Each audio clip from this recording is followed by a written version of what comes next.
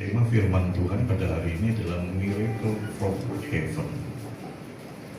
Artinya mukjizat atau keajaiban dari surga.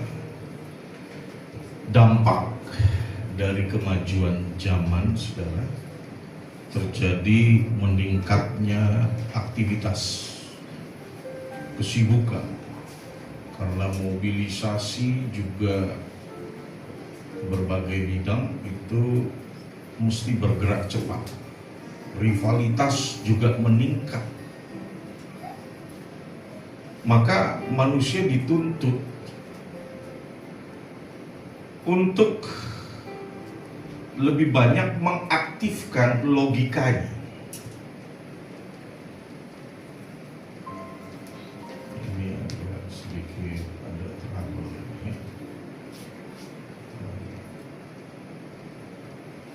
Atasi tingkat kesulitan yang ada, saudara, manusia itu sekali lagi dituntut untuk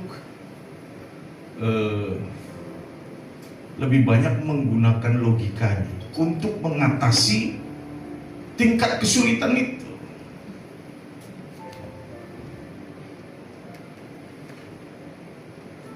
Sehingga menyebabkan manusia itu terlarut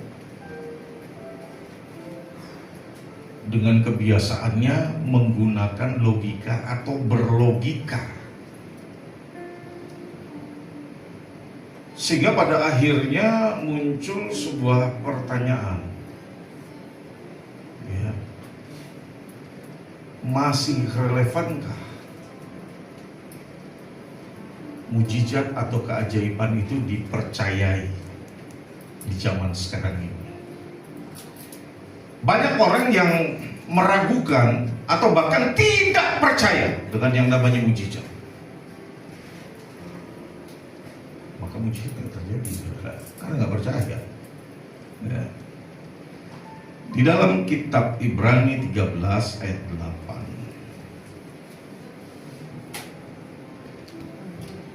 firman Tuhan berkata, Yesus Kristus tetap sama, baik kemarin, hari ini, dan selama-lamanya. Dia tidak pernah berubah. Kalau 2000 tahun yang lalu Dia menyatakan kuasanya, menyatakan mujizatnya, saudara, maka hal yang sama juga terjadi hari ini, bahkan sampai kepada hari-hari yang akan datang.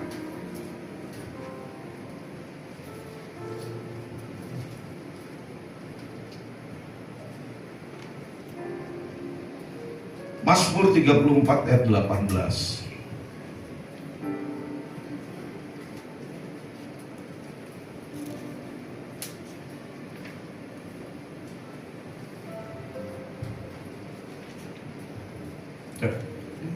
Bacakan tolong.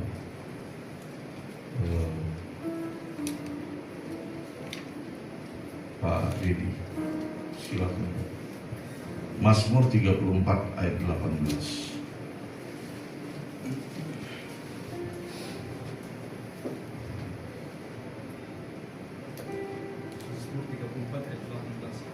Yahweh dekat dengan orang-orang yang patah hati. Dia menyelamatkan jiwa yang remuk dan lemah. Ya. Ini firman Tuhan yang berkata, saudara, justru Yahweh dekat dengan orang yang dikatakan remuk hati. Kalau di dalam terjemahan IMB bunyinya agak beda sedikit itu, saudara. Orang benar berseru dan Yahweh mendengar dan melepaskan mereka dari segala kesesakan. Ini ada dari berbagai terjemahan, saudara. Jadi ketika seseorang menghadapi situasi yang sulit, justru sebenarnya orang tersebut sedang ada di dalam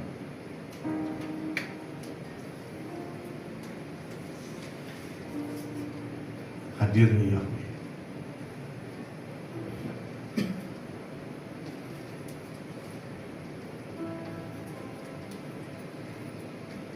Saudara, memang ada masa-masa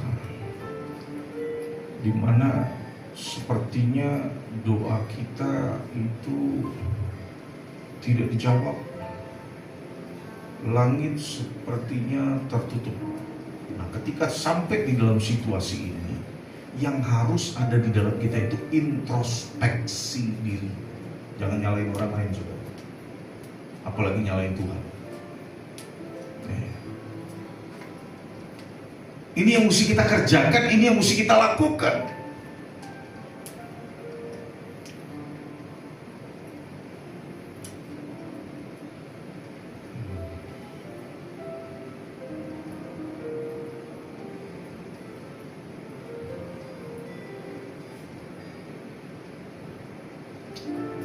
Ada sebuah real story, kisah nyata dari seseorang, saudara. Ini bukan sebuah cerita yang dikarang untuk menjadi sebuah film ataupun sinetron yang dibuat, tidak, saudara. Tapi ini merupakan sebuah peristiwa yang nyata, yang pernah terjadi, saudara.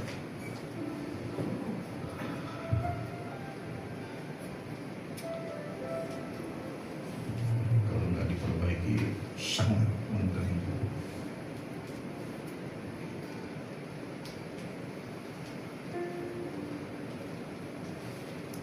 Mempunyai seorang putri yang divonis, tentunya berdasarkan hasil rekam medis, anak ini punya satu penyakit yang nggak ada obat, karena penyakitnya penyakit langka.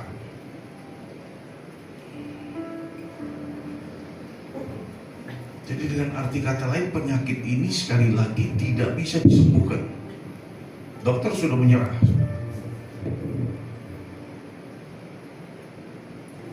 Ya, ibu ini melalui hari demi hari. Seorang ibu kalau badannya sakit, tubuhnya sakit, saudara, dia bisa kuat. Saya lihat dari istri saya, saudara. Dia kalau sakit nggak lebih dari 1 hari. Dan dia berusaha tetap mengurus semuanya. Kalau suami yang sakit, masa bodoh dengan semuanya. Kalau istri yang sakit, dia tetap akan berpikir bagaimana rumah tetap terselenggara dengan baik. Jujur, karena saya kalau sakit 3 hari, 4 hari, 5 hari, udah di tempat tidur aja. Kalau itu hargai istri. Nah, ini saya percaya kalau bagi seorang ibu ini merupakan sebuah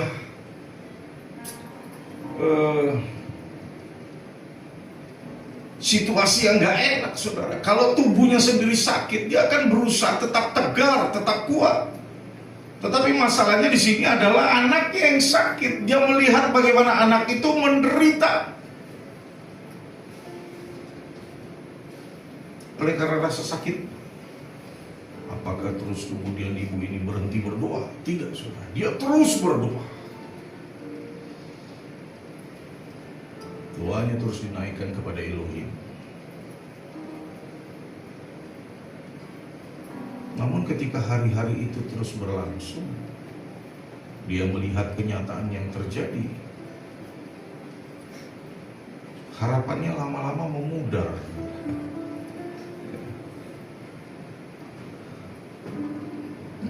Sampai di titik ini, saudara, siapapun bisa alami dengan kisah yang mungkin berbeda, masalah yang mungkin lain bentuknya. Tetapi ada kalanya memang kita ada dalam situasi yang sulit.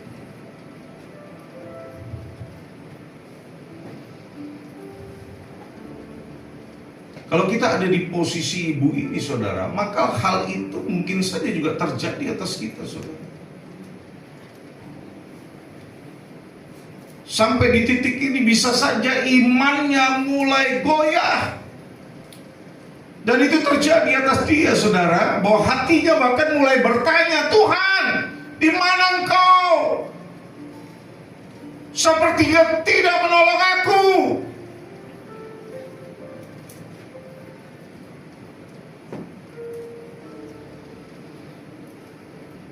Ketika berdoa, tapi tidak ada jawaban atas doa.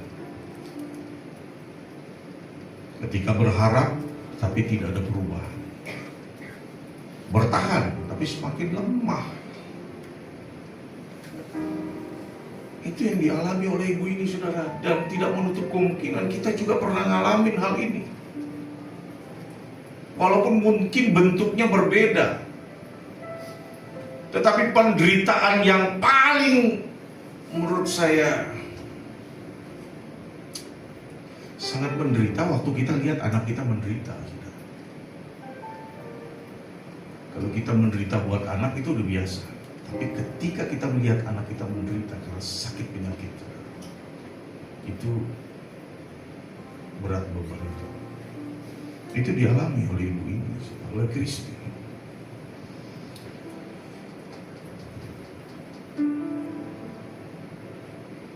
Di rumah ini goyang.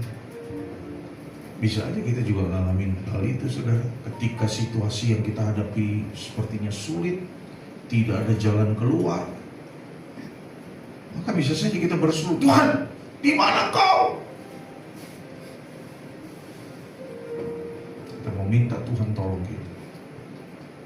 Berseru, mungkin seruannya sudah banyak disampaikan, seruan daripada kita.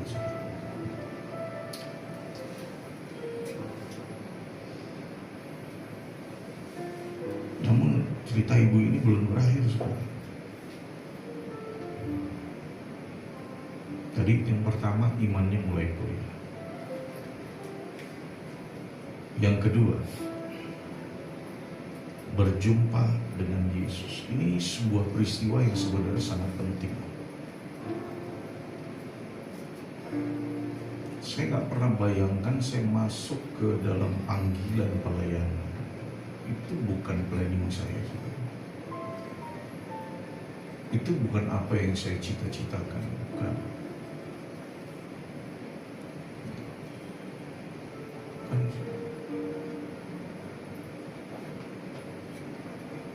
Justru apa yang saya inginkan tidak tercapai. Ternyata saya dipanggil Tuhan untuk melayani Tuhan. Apakah saya punya kemampuan untuk itu? Enggak, saudara. Saya nggak punya kemampuan. Karena bukan bidang itu yang saya dalami selama sebelum saya mengenal Yesus. Bidang yang lain. Bidang sekuler.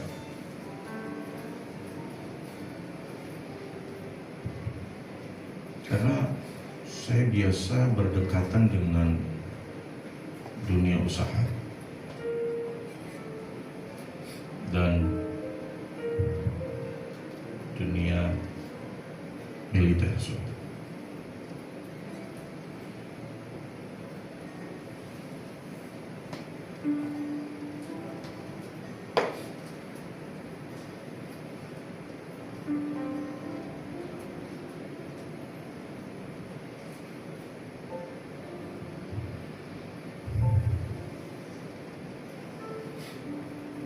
Banyak orang berpikir gini, setelah ikut Yesus, setelah kenal Yesus dan setelah ikut Yesus, semuanya jadi lebih baik.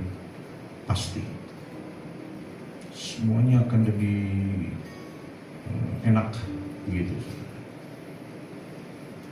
Mungkin saja si Kristi juga mengalami hal yang sama di dalam dia meresponi hubungannya dengan Tuhan. Tapi pada kenyataan anaknya sakit, sakitnya sakit langka, terus nggak ada obatnya, nggak bisa disembuhkan. Ditambah lagi, saudara, ada sebuah kejadian yang tak terduga, ya, karena dia orang tua, dia tahu anaknya bakal mati, jadi mungkin dia nggak terlalu membatasi ruang gerak aktivitas anaknya dibiarkan main seperti anak-anak kebanyakan lainnya, saudara, ya. Seperti yang mungkin juga kita pernah semua alami, ya, saya nggak tahu untuk anak-anak zaman sekarang ini, karena lebih banyak pegang gadget, lebih banyak pegang laptop, internet dan lain sebagainya. Kalau dulu biasa, kemarin saya ke Kakap, ada pohon-pohon besar. Kemudian saya tunjuk di rumah kami ada beberapa pohon yang besarnya kayak sebesar ini. Ya, tapi biasanya ada pohon yang ditanam itu pohon mangga, kemudian pohon rambutan, dan selanjutnya pohon belimbing. Ini 3 pohon yang ditanam di rumah. Rumah kami halamannya cukup besar, saudara. Jadi anak-anak itu main di bawah pohon itu, ya. Dan kadang-kadang kalau yang bandel itu naik ke atas pohon, saudara. Ya. Jadi ngumpet. Kadang-kadang sore hari karena nakal dipanggil orang tuanya, badannya sudah kotor tapi takut, jadi ngumpetnya di atas pohon. Kalau cari waktu itu anak-anak di atas pohon pasti ketemu, kalau di tempat lain nggak ada. Ini anak saudara terjatuh dari pohon. Biasanya kalau situasi seperti ini, apa yang diucapkan oleh orang-orang sebagai ungkapan untuk peristiwa yang terjadi atas ibu ini? Peribahasa mengatakan sudah jatuh tertimpa tangga. Ini benar-benar manusia sial. Itu kan.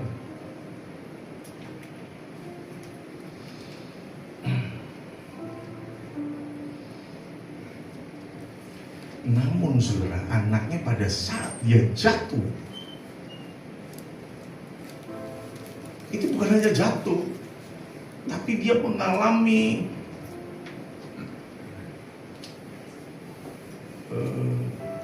seperti orang tidak sadar. Walaupun tidak dalam tempo yang lama, tetapi dia sempat mengalami tidak sadar diri.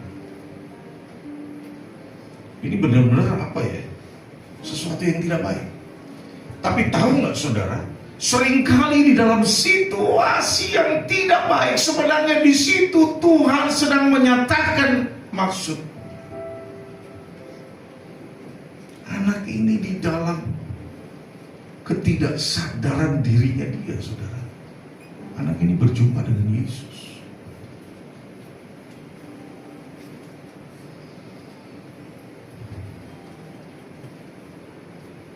Waktu dia jatuh pun ternyata tidak ada bagian tubuhnya yang rusak atau hancur. Dia tidak merasa sakit. Di dalam perjumpaan anak itu dengan Yesus, Yesus berkata bahwa kamu sembuh. Dan apa yang terjadi setelah anak itu sadar, maka anak itu betul-betul mengalami kesembuhan total. Ini tanpa logika, tanpa penjelasan medis, hanya satu kata, mujizat dan keajaiban terjadi.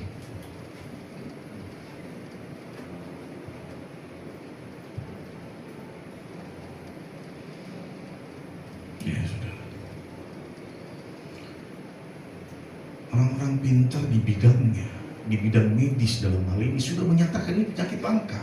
Belum diketemukan obatnya. Kalau ada obatnya pun ini nggak bisa lagi disembuhkan. Ujungnya kemana? Kematian.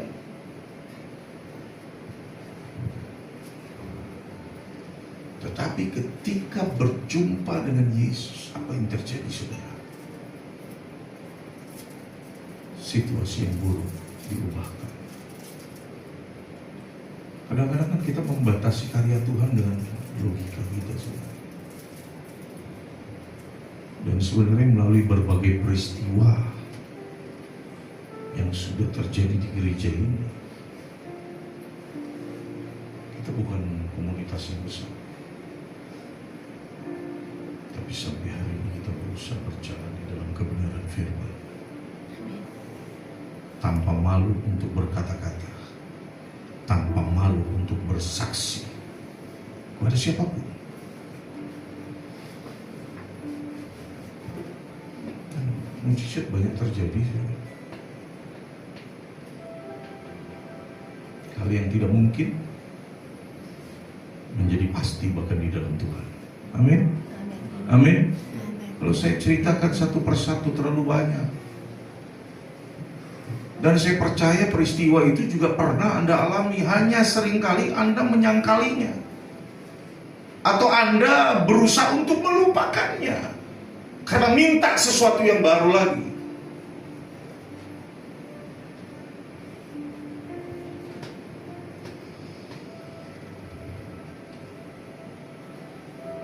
Yang ketiga, saudara, Tuhan turut bekerja.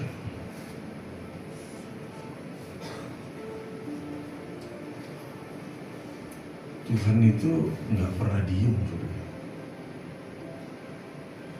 Tuhan secara dinamis, dia akan terus bergerak, dia akan terus beraktivitas, dan bahkan dia akan terus memantau, melihat keberadaan kita. Mungkin kita yang nganggap Tuhan gak pernah liatin kita, Tuhan gak pernah perhatiin kita, tapi sesungguhnya Tuhan memperhatikan kita. Tuhan selalu melihat kita. Namun dia bekerja di belakang layar. Ini yang kadang-kadang kita gak sadari, saudara. Dan akhirnya timbul persungutan, timbul kemarahan,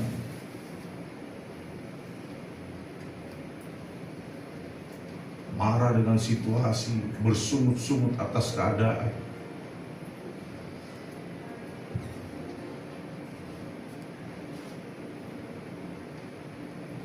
Saya kasih tahu sama ibu, kalau saya hidup sampai hari ini, itu karena saya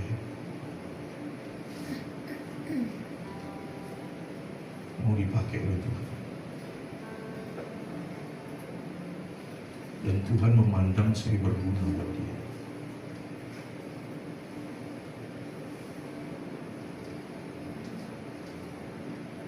Dengan pola hidup yang buruk, saudara, saya mau katakan tidak baik, buruk.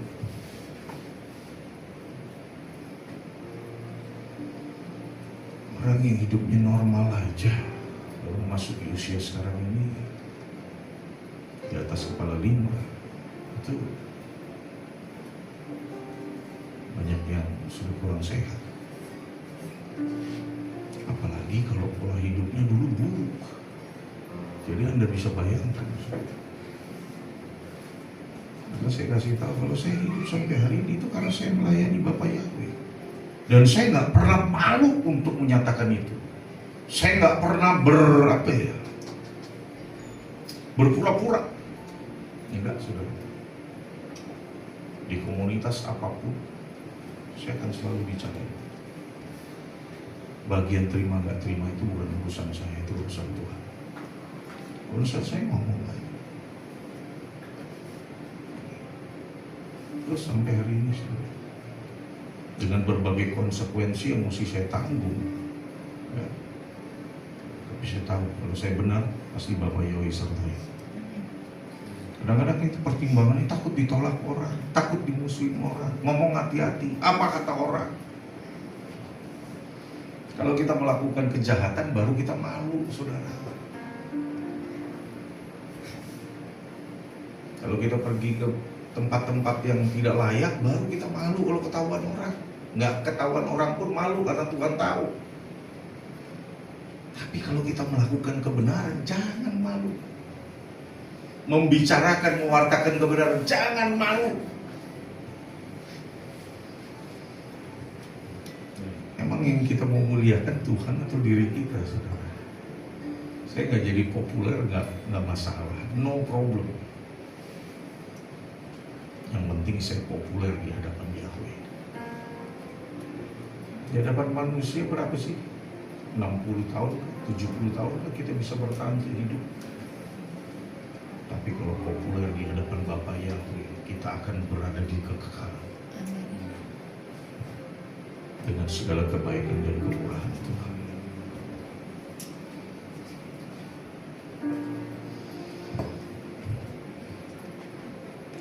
Saudara, ini hampir setiap orang ngalamin, saudara. Di saat sepertinya, gak ada jalannya yang terbuka ya. sepertinya semua tertutup ya. Kemudian kita marah, kemudian kita menolak campur tangan Tuhan. Padahal sebenarnya Tuhan sedang membuat jalan buat kita. Oh, terlalu banyak kalau mau diceritain, saudara. Nanti yang muncul adalah tepuk dada. Bukan itu maksudnya. Terlalu banyak perbuatan baik Tuhan yang kadang-kadang kita tidak melihat langsung, tetapi mengalami dulu peristiwa yang tidak menyenangkan. Tujuannya apa sih? Mendidik kita agar tidak menjadi sombong, agar tidak menepuk dada. Semua atau segala sesuatu yang aku raih sekarang ini adalah hasil perjuanganku sendiri. Tetapi itu adalah perjuanganmu yang disertai Tuhan.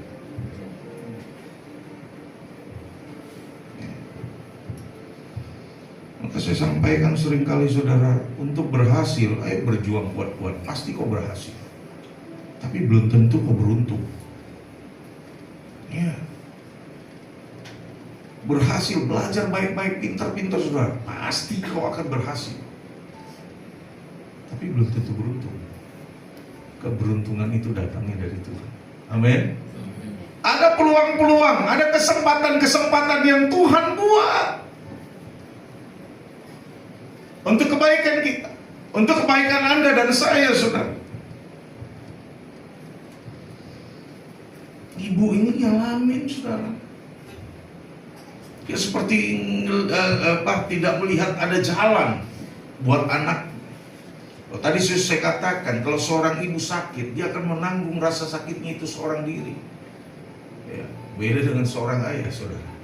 Ya, walaupun saya di sini ayah, saudara, tapi saya perhatikan betul-betul kalau ibu dia sakit satu hari pun dia akan berusaha kerja tangani semuanya. Sampai dipaksa suruh tidur pun tetap dia akan bangun. Ini realita.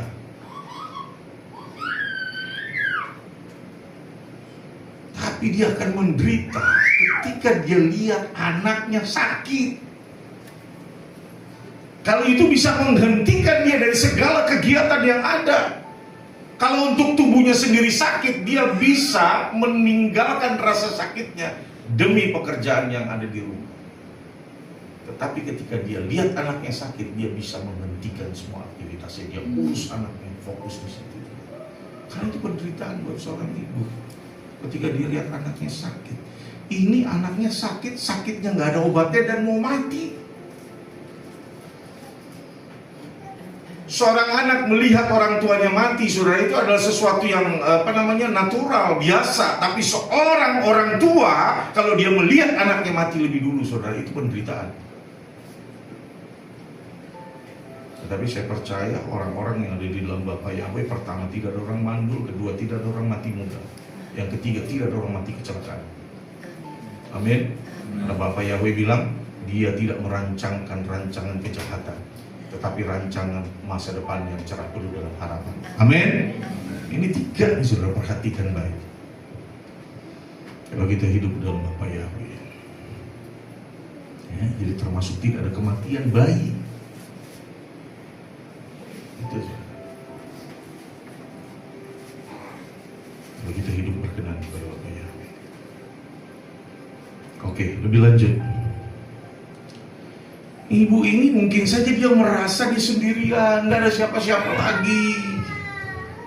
Ya, kita memang nggak diceritakan, saudara, apakah suaminya itu ada di rumah atau suaminya itu peduli ikut bersama-sama dengan dia ngurus anaknya, itu nggak diceritakan, saudara. Tapi ini pergumulan dia. Ya, dia ngerasa sendiri. Bisa juga kita ngalamin hal itu, saudara. Kita ngerasa sendirian, nggak ada lagi orang lain. Loh, saya sering, saudara, tapi untungnya saya dapat pendamping yang selalu membuat saya merasa ada seseorang yang ada di samping saya. Ya, karena kita bisa begitu. Kalau dalam situasi yang sulit, dalam keadaan yang tidak menyenangkan, kita bisa merasa seperti itu. Tapi sebenarnya, saudara, dia sedang memeluk kita. Kita tidak sadar, kita tidak bisa melihat secara fisik mungkin, yang mengakibatkan kita nggak tahu bahwa sebenarnya lagi peluk kita.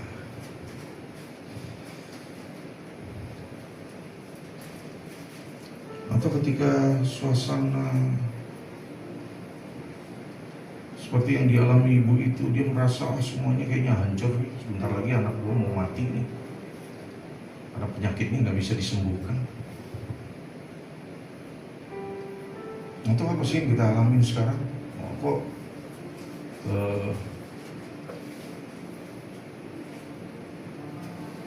keadaan keuanganku kok nggak kunjung bagus sih? Atau apalah gitu. Terserah, mau kerja kok belum dapat gitu.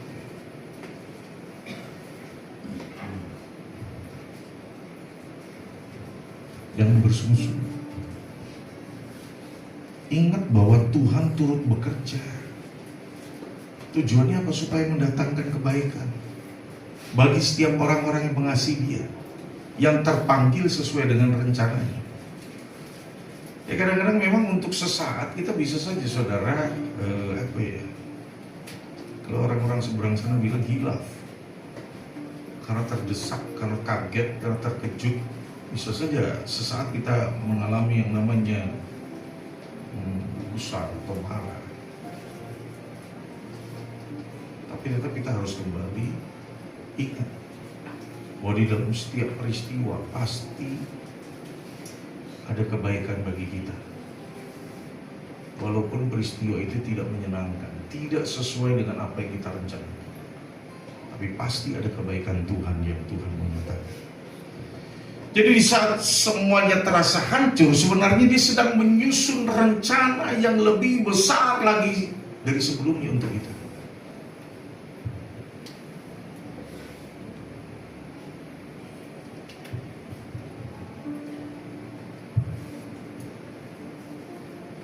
Dipotong sedikit ya Bu Deli, bersaksi untuk kawan. Karena sia-sia. Dan Tuhan akan perhitungkan itu menjadi sebuah kebenaran. Dan Tuhan nggak mau berutang. Nah, ini ya pesan penutup. Jadi saat Tuhan sepertinya terasanya Dia diam nih, Anda harus mempercayai ini. Sesungguhnya Dia sedang bekerja untuk mengerjakan pekerjaan yang terbaik atau bagian yang terbaik bagi kita. Amin. Amin. Amin.